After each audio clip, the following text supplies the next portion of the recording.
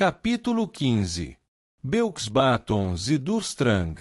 Logo cedo na manhã seguinte, Harry acordou com um plano inteiramente formado na cabeça, como se o seu cérebro adormecido tivesse trabalhado naquilo a noite toda. Ele se levantou e se vestiu à luz fraca do amanhecer, saiu do dormitório sem acordar Rony e desceu para o salão comunal, àquela hora deserto. Ali apanhou um pedaço de pergaminho na mesa, em cima da qual ainda se achava o dever de adivinhação, e escreveu a seguinte carta. Caro Sirius, acho que imaginei a dor na minha cicatriz. Eu estava quase dormindo quando lhe escrevi a última carta. Você não precisa voltar. Vai tudo bem aqui. Não se preocupe comigo. Sinto a cabeça completamente normal. Harry. Depois, Harry passou pelo buraco do retrato, subiu as escadas do castelo silencioso, só foi detido brevemente por Pirraça, que tentou virar um enorme vaso em cima dele, no meio do corredor do quarto andar, e finalmente chegou ao Corujal, que ficava no alto da torre oeste. O Corujal era uma sala circular revestida de pedra, um tanto fria e varrida por correntes de vento, porque nenhuma das janelas tinha vidro. O chão era coberto de palha, titica de coruja e esqueletos de ratos e arganazes que as corujas regurgitavam. Centenas e mais centenas de corujas, de todas as espécies imagináveis, estavam aninhadas ali em poleiros que subiam até o alto da torre, quase todas adormecidas, embora aqui e ali, um redondo olho cor de âmbar olhasse feio para o garoto. Harry localizou Edviges aninhada entre uma coruja das torres e uma coruja castanho-amarelada, e correu para ela, escorregando um pouco no chão coberto de excremento. Levou um certo tempo para convencê-la a acordar e olhar para ele, porque sua coruja não parava de mudar de lugar no poleiro, virando-lhe o rabo. Evidentemente continuava furiosa com a falta de gratidão que ele demonstrou na noite anterior. Por fim, foi a insinuação de Harry que ela poderia estar demasiado cansada, e que talvez ele pedisse pichitinho emprestado a Rony, que a fez esticar a perna e permitir ao dono amarrar nela a carta. Acha ele, está bem? Pediu Harry, alisando o dorso de Edviges, enquanto levava no braço até uma das aberturas na parede. Antes que os dementadores façam isso. Ela lhe deu uma mordidinha no dedo, talvez com mais força do que normalmente teria feito, mas, mesmo assim, piou baixinho de uma maneira que o deixou tranquilo. Em seguida abriu as asas e levantou o vôo para o céu do amanhecer. Harry observou-a desaparecer de vista com a conhecida sensação de mal-estar no estômago. Antes tinha tanta certeza de que a resposta de Sirius aliviaria suas preocupações em vez de aumentá-las. Isso foi uma mentira, Harry, falou Hermione com severidade ao café da manhã, quando o garoto contou a ela e a Rony o que fez. Você não imaginou que sua cicatriz estava doendo e sabe muito bem disso. E daí? Retrucou Harry. Ele não vai voltar para Azkaban por minha causa. Esquece, disse Rony, com aspereza a Hermione, quando ela abriu a boca para continuar a discussão, e uma vez na vida, a garota atendeu ao amigo e se calou. Harry fez o que pôde para não se preocupar com Sirius nas semanas seguintes.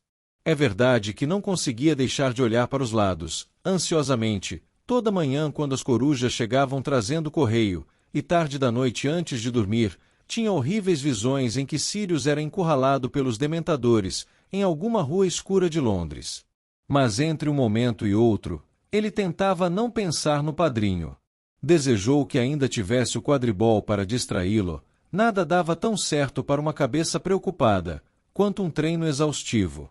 Por outro lado, as aulas estavam se tornando cada vez mais difíceis e exigindo que se esforçasse mais do que nunca, principalmente a de defesa contra as artes das trevas.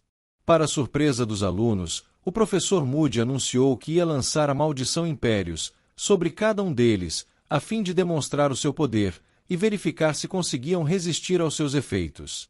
Mas, se o senhor disse que é ilegal, professor, perguntou Hermione incerta, quando Moody afastou as carteiras com um movimento amplo da varinha, deixando uma clareira no meio da sala. O senhor disse que usá-la contra outro ser humano era. Dumbledore quer que vocês aprendam qual é o efeito que ela produz em uma pessoa, disse Moody. O olho mágico girando para a garota e se fixando nela sem piscar, com uma expressão misteriosa. Se a senhorita preferir aprender pelo método difícil, quando alguém a lançar contra a senhorita, para controlá-la, para mim está bem. A senhorita está dispensada da aula. Pode se retirar. Ele apontou um dedo nodoso para a porta. Hermione ficou muito vermelha e murmurou alguma coisa no sentido de que a pergunta não significava que ela quisesse sair. Harry e Rony sorriram um para o outro. Eles sabiam que Hermione preferia beber pus de bubotúberas do que perder uma lição daquela importância. O professor começou a chamar os alunos à frente e a lançar a maldição sobre eles, um de cada vez. Harry observou os colegas fazerem as coisas mais extraordinárias sob a influência da Impérios. Dino Thomas deu 3 voltas pela sala aos saltos, cantando o hino nacional. Lila Brown imitou um esquilo.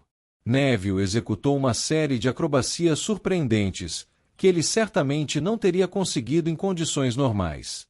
Nenhum deles parecia ser capaz de resistir à maldição, e cada um só voltava ao normal quando Moody a desfazia. Potter, rosnou Moody, você é o próximo.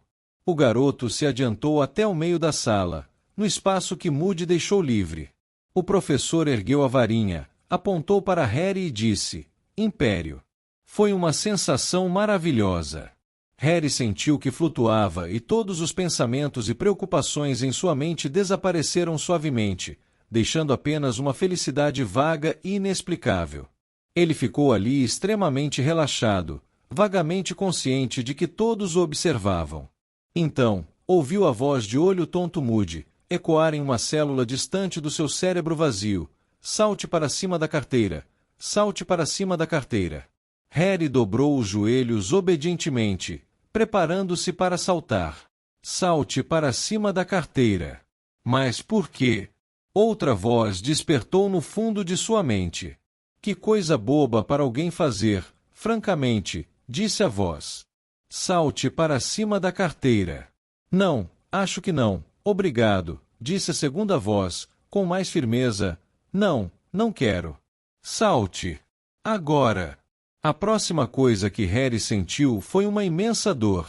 Ele saltou e tentou não saltar ao mesmo tempo. O resultado foi se estatelar em cima de uma carteira, derrubando, e, pela dor que sentiu nas pernas, fraturar as 2 rótulas. Agora está melhor, rosnou a voz de Moody, e de repente, Harry percebeu que a sensação de vazio e os ecos tinham desaparecido de sua mente. Lembrou-se com exatidão do que estava acontecendo e a dor nos joelhos pareceu dobrar de intensidade. Olhem só isso, vocês todos. Potter resistiu, lutou contra a maldição e quase a venceu. Vamos experimentar de novo, Potter, e vocês prestem atenção, observem os olhos dele, é onde vocês vão ver, muito bem, Potter, muito bem mesmo. Eles vão ter trabalho para controlar você. Pelo jeito que ele fala, resmungou Harry, ao sair mancando da aula de defesa contra as artes das trevas. 1 hora depois, Moody insistiu que Harry mostrasse do que era capaz, 4 vezes seguidas, até o garoto conseguir resistir inteiramente à maldição. A gente poderia pensar que vai ser atacado a qualquer momento. Eu sei, respondeu Rony, que estava saltitando, um passo sim, outro não. Teve muito mais dificuldade com a maldição do que Harry, embora Moody lhe garantisse que os efeitos passariam até a hora do almoço. Falando em paranoia, Rony espiou nervosamente por cima do ombro, para verificar se estavam mesmo fora do campo de audição de Moody, e continuou, não me admira que tenham ficado contentes em se livrar dele no ministério. Você ouviu quando ele contou aos Simas o que fez com a bruxa que gritou "Bu" atrás dele, no dia 1º de abril? E quando é que a gente vai ler como resistir à maldição Impérios com todo o resto que tem para fazer? Todos os alunos do 4º ano haviam notado que, decididamente, houve um aumento na quantidade de deveres exigida deles neste trimestre.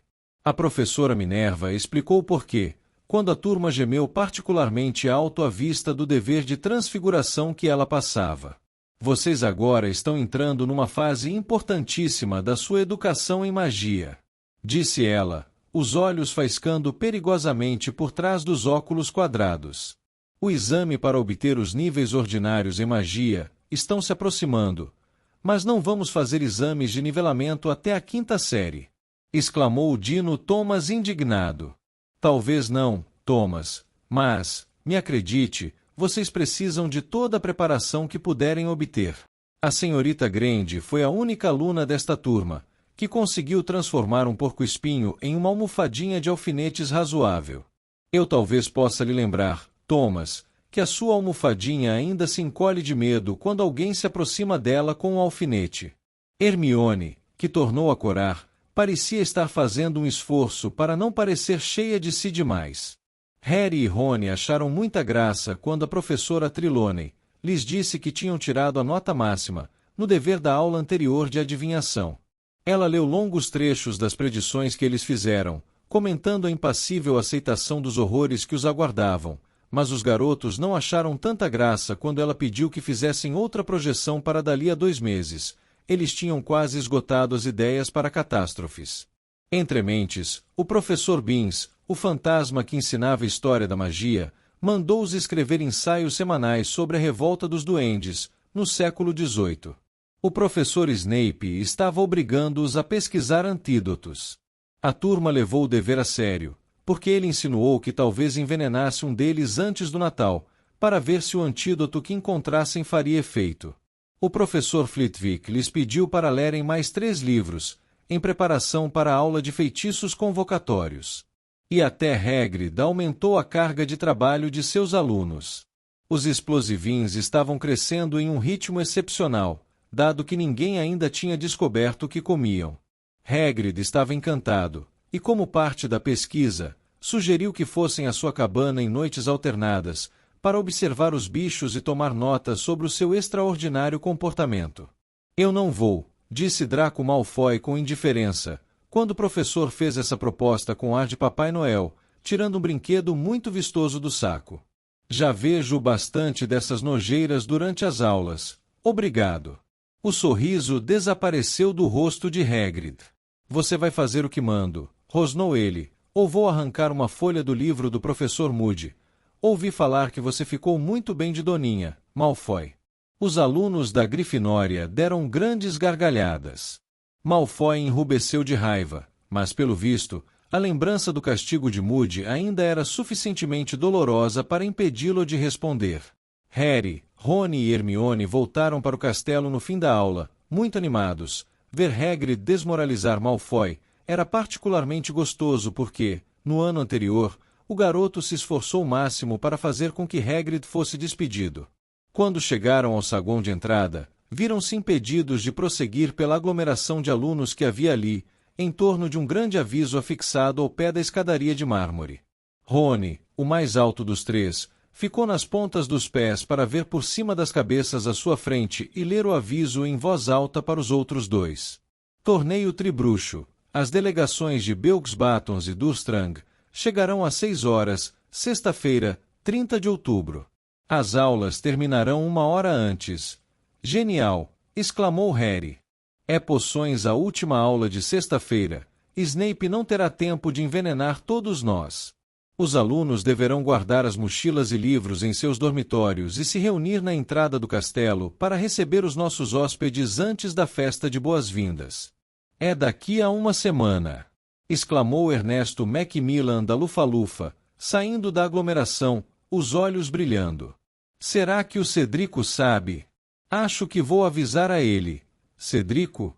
Repetiu Rony sem entender, enquanto Ernesto saía apressado. Diggory, disse Harry. Ele deve estar inscrito no torneio. Aquele idiota, campeão de Hogwarts. Disse Rony, quando abriam caminho pelo ajuntamento de alunos para chegar à escadaria.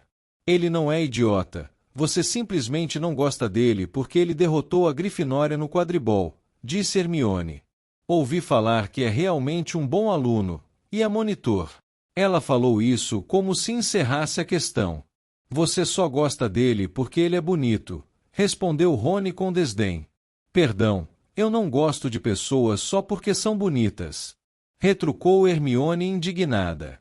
Rony fingiu que pigarreava alto, um som que estranhamente lembrava Lockhart. A fixação do aviso no saguão de entrada teve um efeito sensível nos moradores do castelo. Durante a semana seguinte, parecia haver um assunto nas conversas, onde quer que Harry fosse, o torneio Tribruxo. Os boatos voavam de um aluno para outro como um germe excepcionalmente contagioso. Quem ia tentar ser o campeão de Hogwarts, que é que o torneio exigia, e em que os alunos de Beaux Batons e Durmstrang se diferenciavam deles. Harry notou, também, que o castelo estava sofrendo uma faxina mais do que rigorosa. Vários retratos encardidos tinham sido escovados para descontentamento dos retratados, que se sentavam encolhidos nas molduras, resmungando sombriamente e fazendo caretas ao apalpar os rostos vermelhos. As armaduras de repente brilhavam, e mexiam sem ranger. Argo Filch, o zelador, estava agindo com tanta agressividade com os alunos, que se esqueciam de limpar os sapatos, que aterrorizou 2 garotas do primeiro ano, levando-as à histeria. Outros funcionários também pareciam estranhamente tensos. Longbottom, tenha a bondade de não revelar que você não consegue sequer lançar um simples feitiço de troca, diante de alguém de Durmstrang. Vociferou a professora Minerva, ao fim de uma aula particularmente difícil, em que Neville acidentalmente transplantou as próprias orelhas para um cacto. Quando eles desceram para o café na manhã do dia 30 de outubro, descobriram que o salão principal foi ornamentado durante a noite. Grandes bandeiras de seda pendiam das paredes, cada uma representando uma casa de Hogwarts, a vermelha com o leão dourado da Grifinória, a azul com uma águia de bronze da Corvinal, a amarela com o texugo negro da Lufa-Lufa e a verde com uma serpente de prata da Sonserina. Por trás da mesa dos professores, a maior bandeira de todas, tinha o brasão de Hogwarts, leão, águia, texugo e serpente, unidos em torno de uma grande letra H. Harry, Rony e Hermione viram Fred e George à mesa da Grifinória. Mais uma vez, e muito anormalmente, os dois estavam sentados à parte dos demais e conversavam em voz baixa. Rony se encaminhou para os dois. É chato, sim, dizia George sombriamente a Fred. Mas se ele não quer falar conosco pessoalmente, temos que lhe mandar uma carta. Ou enfiá-la na mão dele. Ele não pode ficar nos evitando para sempre. Quem é que está evitando vocês? Perguntou Rony, sentando-se ao lado deles. Gostaria que fosse você, disse Fred, mostrando-se irritado com a interrupção. Que é chato? Perguntou Rony a George. Ter um babaca metido feito você como irmão, disse George. Vocês já tiveram alguma ideia para o torneio tribruxo? Perguntou Harry. Continuaram pensando como vão tentar se inscrever? Perguntei a McGonagall como é que os campeões são escolhidos, mas ela não quis dizer, respondeu George com amargura. Só me disse para calar a boca e continuar transformando o meu raccoon. Fico imaginando quais vão ser as tarefas, disse Rony pensativo. Sabe, aposto que poderíamos dar conta. Harry e eu já fizemos coisas perigosas antes. Não na frente de uma banca de juízes, isso vocês não fizeram, disse Fred. McGonagall disse que os campeões recebem pontos pela perfeição com que executam as tarefas. Quem são os juízes? Perguntou Harry. Bem, os diretores das escolas participantes sempre fazem parte da banca, disse Hermione e todos a olharam surpresos.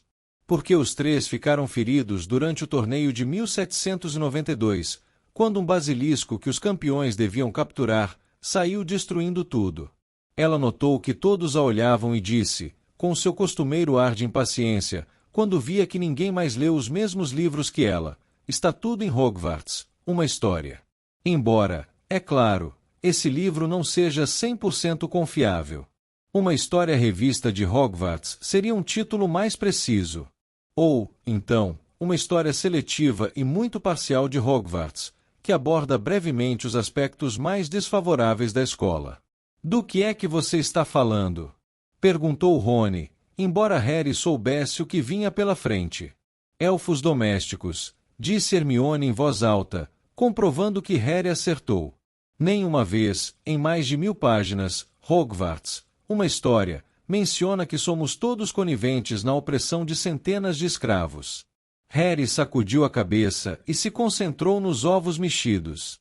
A falta de entusiasmo dele e de Rony não conseguiu refrear a decisão de Hermione, de obter justiça para os elfos domésticos.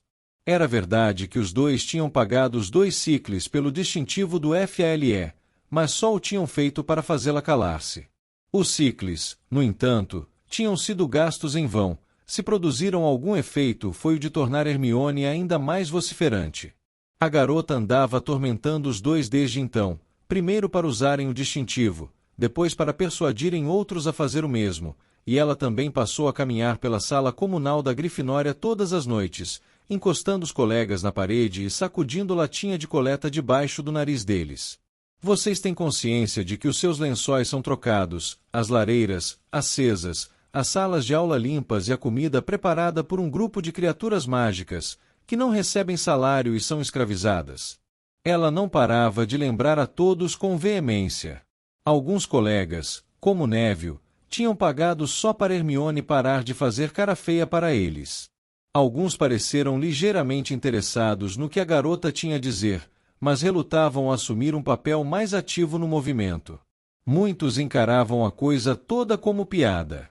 Rony agora contemplou o teto, que banhava todos com um sol de outono, e Fred fingiu-se extremamente interessado no bacon que havia em seu prato. Os gêmeos tinham se recusado a comprar um distintivo do FALE. Jorge, no entanto, chegou para mais perto de Hermione.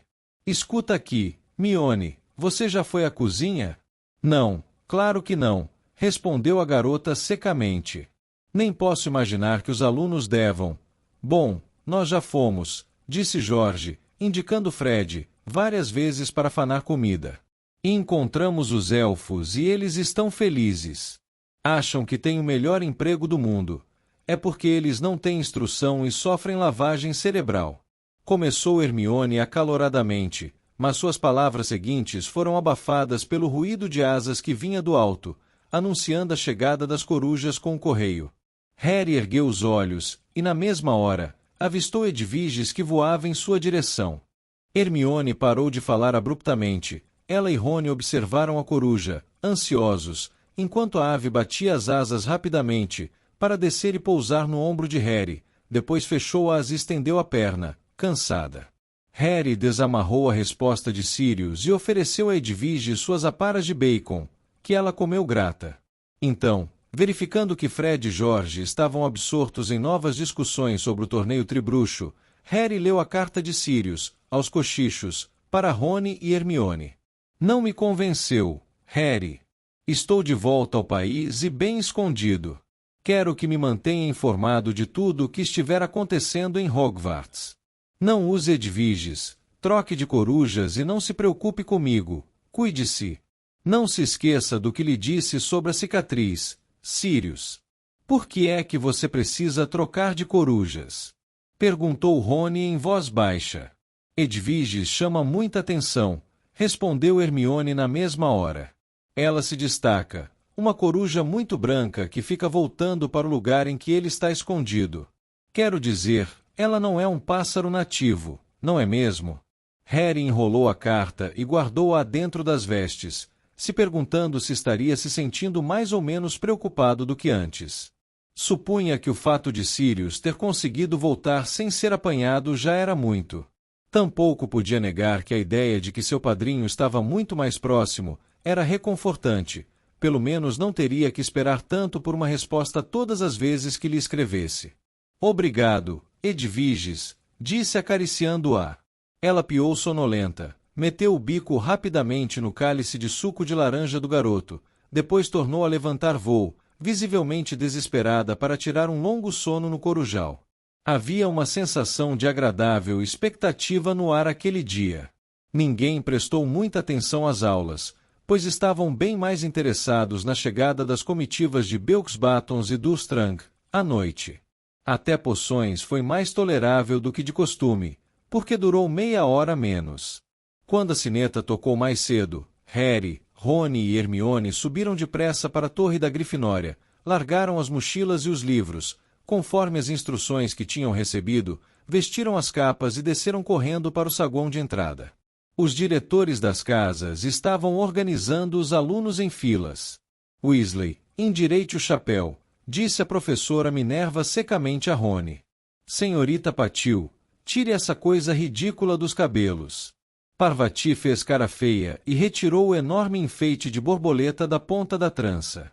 Sigam-me, Por favor, mandou a professora, alunos da primeira série à frente, sem empurrar. Eles desceram os degraus da entrada e se enfileiraram diante do castelo. Fazia um fim de tarde frio e límpido. O crepúsculo vinha chegando devagarinho e uma lua pálida e transparente já brilhava sobre a floresta proibida. Harry, postado entre Rony e Hermione na quarta fileira da frente para trás, viu Dennis Creevy decididamente trêmulo de expectativa entre os colegas da primeira série. Quase 6 horas, comentou Rony, verificando o relógio e depois espiando o caminho que levava aos portões da escola. Como é que vocês acham que eles vêm? De trem. Duvido, respondeu Hermione. Como então? Vassouras. Arriscou Harry, erguendo os olhos para o céu estrelado. Acho que não. Não vindo de tão longe. De chave de portal. Aventurou Rony. Ou quem sabe aparatando. Talvez tenham permissão de fazer isso antes dos 17 anos no lugar de onde vem.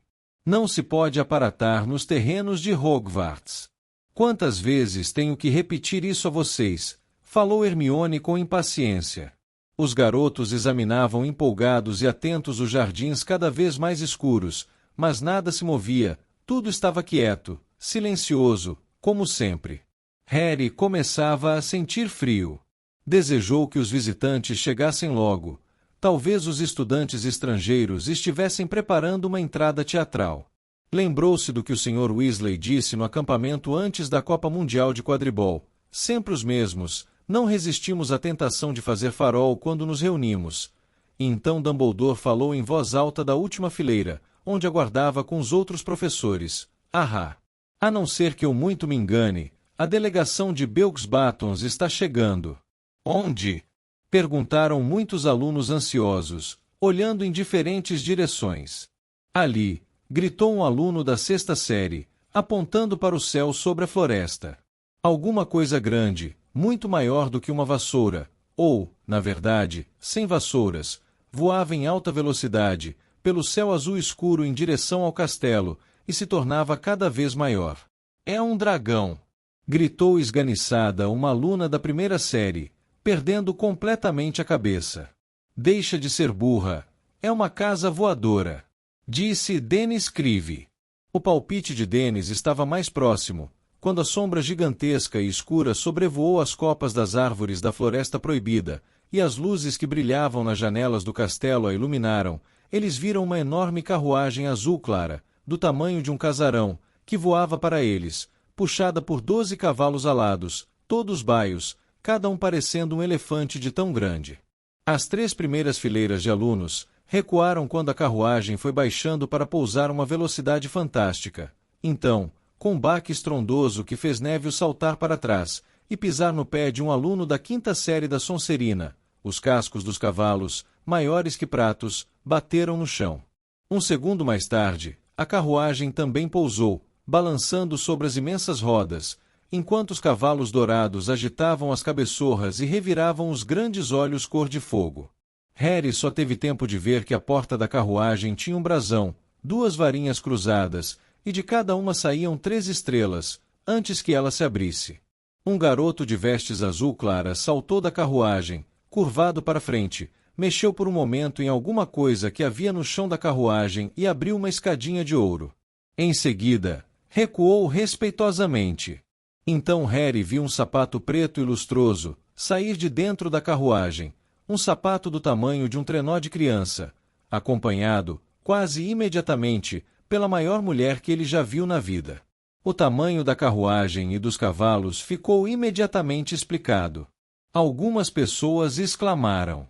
Harry só viu, até então, uma pessoa tão grande quanto essa mulher, Hagrid. Ele duvidou que houvesse 2 centímetros de diferença na altura dos dois. Mas, por alguma razão, talvez simplesmente porque estava habituado a Hagrid, esta mulher, agora ao pé da escada, que olhava para as pessoas que a esperavam de olhos arregalados, parecia ainda mais anormalmente grande. Ao entrar no círculo de luz projetado pelo saguão de entrada, ela revelou um rosto bonito de pele morena, grandes olhos negros, que pareciam líquidos e um nariz um tanto bicudo. Seus cabelos estavam puxados para trás e presos em um coque na nuca. Vestia-se da cabeça aos pés de cetim negro, e brilhavam numerosas opalas em seu pescoço e nos dedos grossos. Dumbledore começou a aplaudir. Os estudantes, acompanhando a deixa, prorromperam em palmas, muitos deles nas pontas dos pés, para poder ver melhor a mulher. O rosto dela se descontraiu em um gracioso sorriso e ela se dirigiu a Dumbledore, estendendo a mão faiscante de anéis.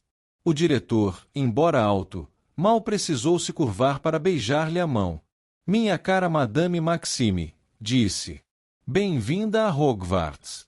Dumbledore, disse Madame Maxime, com uma voz grave. Espero encontrá-lo de boa saúde. Excelente, obrigado, respondeu Dumbledore. Meus alunos, disse Madame Maxime, acenando descuidadamente uma de suas enormes mãos para trás. Harry, cuja atenção estava focalizada inteiramente em Madame Maxime, reparou, então, que uns 12 garotos e garotas, todos, pelo físico, no fim da adolescência, haviam descido da carruagem, e agora estavam parados atrás de Madame Maxime. Eles tremiam de frio, o que não surpreendia, pois suas vestes eram feitas de finíssima seda e nenhum deles usava capa. Alguns tinham enrolado, echarpes e chales na cabeça.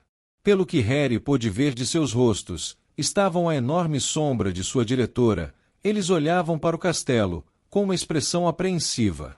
Karkaroff já chegou? Perguntou Madame Maxime. Deve estar aqui a qualquer momento, disse Dumbledore. Gostaria de esperar aqui para recebê-lo ou prefere entrar para se aquecer um pouco? Me aquecer, acho. Mas os cavalos. O nosso professor de trato das criaturas mágicas ficará encantado de cuidar deles, disse Dumbledore, assim que terminar de resolver um probleminha que ocorreu com alguns de seus outros, protegidos. Explosivins, murmurou Rony para Harry, rindo-se. Meus corcéis exigem um tratador forte, disse Madame Maxime, com uma expressão de dúvida, quanto à capacidade de um professor de trato das criaturas mágicas em Hogwarts para dar conta da tarefa. Eles são muito fortes. Posso lhe assegurar que Hagrid poderá cuidar da tarefa, disse o diretor sorrindo. Ótimo, disse Madame Maxime, fazendo uma ligeira reverência. Por favor, informe a esse Hagrid que os cavalos só bebem uísque de um malte. Farei isso, respondeu Dumbledore, retribuindo a reverência. Venham, disse Madame Maxime imperiosamente aos seus alunos, e o pessoal de Hogwarts se afastou para deixá-lo subir os degraus de pedra. De que tamanho você acha que os cavalos de Durmstrang vão ser? Perguntou Simas Finnegan, esticando-se por trás de Lila e Parvati, para falar com Harry e Rony. Bom, se eles forem maiores do que esses, nem Hagrid vai ser capaz de cuidar deles, comentou Harry. Isto é, se ele já não foi atacado pelos explosivins. Qual será o problema com eles? Talvez tenham fugido, arriscou Rony esperançoso. Ah, não diz uma coisa dessas, falou Hermione, com um arrepio. Imaginem aqueles bichos soltos pela propriedade. Eles continuaram parados, agora tremendo um pouco de frio, à espera da delegação de Durmstrang. A maioria das pessoas contemplava o céu, esperançosa. Durante alguns minutos, o silêncio só foi interrompido pelos cavalões de Madame Maxime, que resfolegavam e pateavam. Mas então, vocês estão ouvindo alguma coisa? Perguntou Rony de repente. Harry prestou atenção. Um barulho alto e estranho chegava até eles através da escuridão, um ronco abafado mesclado a um ruído de sucção, como se um imenso aspirador de pó estivesse se deslocando pelo leito de um rio. O lago! Berrou Lino Jordan apontando. Olhem para o lago. De sua posição, no alto dos gramados, de onde descortinavam a propriedade, eles tinham uma visão desimpedida da superfície escura e lisa da água, exceto que ela repentinamente deixou de ser lisa. Ocorria alguma perturbação no fundo do lago, grandes bolhas se formavam no centro, e suas ondas agora quebravam nas margens de terra, e então, bem no meio do lago, apareceu um rodamuinho, como se alguém tivesse retirado uma tampa gigantesca do seu leito. Algo começou a emergir lentamente do rodamuinho, e então Harry avistou Velame. É um mastro, disse ele a Rony e Hermione. Lenta e imponentemente, o navio saiu das águas, refugindo ao luar. Tinha uma estranha aparência esquelética, como se tivesse ressuscitado de um naufrágio, e as luzes fracas e enevoadas que brilhavam nas escotilhas lembravam olhos fantasmagóricos. Finalmente, com uma grande espalhação de água, o navio emergiu inteiramente, balançando nas águas turbulentas, e começou a deslizar para a margem. Alguns momentos depois, ouviram a âncora ser atirada na água rasa e o baque surdo de um pranchão ao ser baixado sobre a margem. Havia gente desembarcando, os garotos viram silhuetas passarem pelas luzes das escotilhas. Os recém-chegados pareciam ter físicos semelhantes ao de Crabbe e Goyle, mas então, quando subiram as encostas dos jardins e chegaram mais próximos à luz que saía do saguão de entrada, Harry viu que aquela aparência maciça se devia às capas de peles de fios longos e despenteados que estavam usando. Mas o homem que os conduzia ao castelo usava peles de um outro tipo, sedosas e prateadas, como seus cabelos. Dumbledore! Cumprimentou ele cordialmente, ainda subindo a encosta. Como vai, meu caro? Como vai? Otimamente, obrigado, professor Karkaroff. O homem tinha uma voz ao mesmo tempo engraçada e untuosa. Quando ele entrou no círculo de luz das portas do castelo, os garotos viram que era alto e magro como Dumbledore, mas seus cabelos brancos eram curtos, e a barbicha, que terminava em um cachinho, não escondia inteiramente o seu queixo fraco. Quando alcançou Dumbledore, apertou-lhe a mão com as suas duas. "Minha velha e querida Hogwarts!"